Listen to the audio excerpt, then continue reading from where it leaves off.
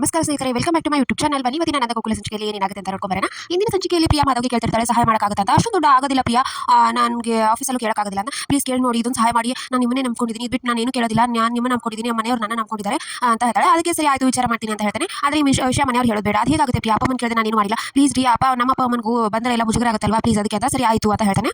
ಆಮೇಲೆ ಮಾಧವ ಪ್ರಿಯಾ ದೇವಸ್ಥಾನಕ್ಕೆ ಹೋಗಬೇಕು ಅಂತ ಬರ್ತಾರೆ. ಅಷ್ಟರಲ್ಲಿ ನಂದನ್ ಕೇಳ್ತಾನೆ, ಸರಿ ಆಯ್ತು ಹೋಗಿ ಬನ್ನಿ ಅಂತ ಹೇಳ್ತಾನೆ. ಅಮ್ಮನಿಗೂ ಹೇಳಬೇಕಾಯ್ತು, ಅಮ್ಮ ಟೆರೆಸ್ ಇದ್ದಾರೆ, ನಾನು ಹೇಳ್ತೀನಿ ಹೋಗು ಅಂತ ಮಾಧವ್ ಹೇಳ್ತಾನೆ. ಸರಿ ಆಯ್ತಪ್ಪ ಅಂತ ಹೇಳಿ ಕರ್ಕೊಂಡು ಹೋಗ್ತಿರ್ತಾನೆ. ಈತ ಗಿರಿಜಾ ಮೀನಾ ಅಮ್ಮು ಟೆರೆಸ್ ಮೇಲೆ ಇರ್ತಾರೆ. ಅಮ್ಮ ನಾನು ಏನು ತಪ್ಪು ಮಾಡಿಲ್ಲ ಅಕ್ಕ, ಅವು ಪಾಯಸನ ಅವರು ಚಲ್ಬಿಟ್ರು ಅಂತ ಹೇಳ್ತಿರ್ತಾರೆ. ನೀನೇನು ಬೇಜಾರು ಮಾಡ್ಕೋಬೇಡ, ಮಾವ ಬೈದಕ್ಕೆ ಅಂತಿರ್ತಾರೆ. ಅಷ್ಟರಲ್ಲಿ ಗಿರಿಜಾ ಪ್ರಿಯಾ ಹಾಗೆ ಮಾಧವ ಹೋಗೋದನ್ನ ನೋಡ್ತಾಳೆ. ನೋಡಿ ಸಡನ್ ಆಗಿ ಕೆಳಗಡೆ ಬರ್ತಾಳೆ. ಕೆಳಗಡೆ ಬಂದ ತಕ್ಷಣ ಹಿಂದೆಯಿಂದ ಮೀನಾ ಅಮ್ಮ ಕೂಡ ಬರ್ತಾರೆ. ಯಾಕೆ ಏನಾಯ್ತು, ಯಾಕೆ ಬೇಜಾರಾಗಿದ್ದೀರಾ? ಮಾಧವ ನನಗೆ ಹೇಳಿದೆ ಎಲ್ಲೂ ಹೋಗೋನಲ್ಲ, ಇವತ್ತು ಹೋಗ್ತಾ ಇದ್ದಾನೆ, ನಾನು ಇದನ್ನು ತಪ್ಪು ಹೋಗ್ತಾ ಇದ್ದಾನೆ, ಪ್ರಿಯಾ ಬಂದ ಮೇಲೆ ಏನು ಸರಿ ಇಲ್ಲ ಅಂತ ಹೇಳಿ ಗಿರಿಜಾ ಬೇಜಾರು ಮಾಡ್ಕೋತಾಳೆ.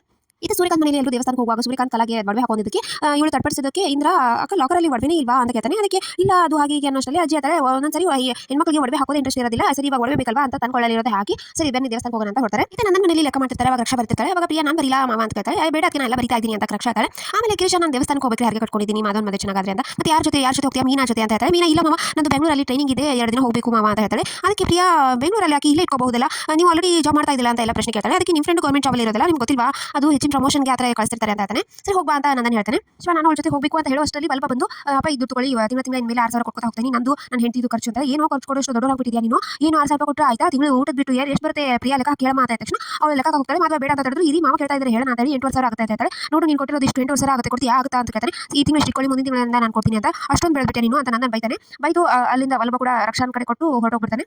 ಇಲ್ಲಿ ಗಿರಿಜಾ ರೂಮಿಗೆ ಬಂದು ವಲ್ಲಭನ ಬೈಕ್ ಸ್ಟಾರ್ಟ್ ಮಾಡ್ತಾಳೆ. ಅವಾಗ ವಲ್ಲಭ ಹೇಳ್ತಾನೆ, ಇವಾಗ ನಿಮ್ಮ ಅತ್ತೆ ಮಾವ ಇದ್ದು ನಿಮ್ಮ ಅಪ್ಪನಿಗೆ ಏನು ಕೆಲಸ ಇಲ್ಲ ಇದ್ರೆ ನಿಮ್ಗೆ ಹೇಗೆ ಅನಿಸ್ತಿತ್ತು ತಿನ್ನಕ್ಕೆ ಇರಕ್ಕೆ ಎಲ್ಲ, ನೀವು ಏನು ಹೇಳ್ತಾ ಇದ್ರಿ, ನಾನು ಕೆಲಸ ಮಾಡಕ್ಕೆ ಹೇಳ್ತಿದ್ದೆ, ನನ್ನ ಗಂಡಿಗೆ ತಿಂಗಳ ಇಷ್ಟು ಕೊಡೋ ಅಂತ ಹೇಳಕ್ಕೆ ಹೇಳ್ತಿದ್ದೆ ಅಂತ ಹೇಳೋಷ್ಟರಲ್ಲಿ ಗಿರಿಜಾಗೆ ನೆನಪಾಗುತ್ತೆ. ಹೌದಲ್ವಾ, ನೀನೇ ಹೇಳ್ತಿದ್ದೆ ತಾನೇ, ನಾನು ಹಾಗೆ ಮಾಡಿದೆ, ಏನು ಇಷ್ಟ ಇದೆಯೋ ಇಲ್ವೋ ಗೊತ್ತಿಲ್ಲ, ಅಮ್ಮು ನನ್ನ ಹೆಂಡ್ತಿ ಇವಾಗ ಅಂತ ಹೇಳಿದ ತಕ್ಷಣ ಗಿರಿಜಾ ಖುಷಿ ಆಗುತ್ತೆ. ಹೊರಗಡೆ ಅಮ್ಮನ ಕೇಸ್ಕೊತಿದ್ರೆ ಅವಳು ಖುಷಿ ಆಗುತ್ತೆ. ಅವಳ ಜವಾಬ್ದಾರಿ ನಂದು, ಅವಳ ಕಷ್ಟ ನಂದು, ಅವಮಾನ ಎಲ್ಲ ನಂದೇ ಆಗಿರುತ್ತೆ, ಅದಕ್ಕೆ ಆ ಥರ ಮಾಡಿದೆ ಅಂತ ಹೇಳಿ ಅಲ್ಲಿಂದ ಹೊರಡ್ತಾನೆ. ಗಿರಿಜಾಗೆ ಖುಷಿ ಆಗ್ಬಿಡುತ್ತೆ.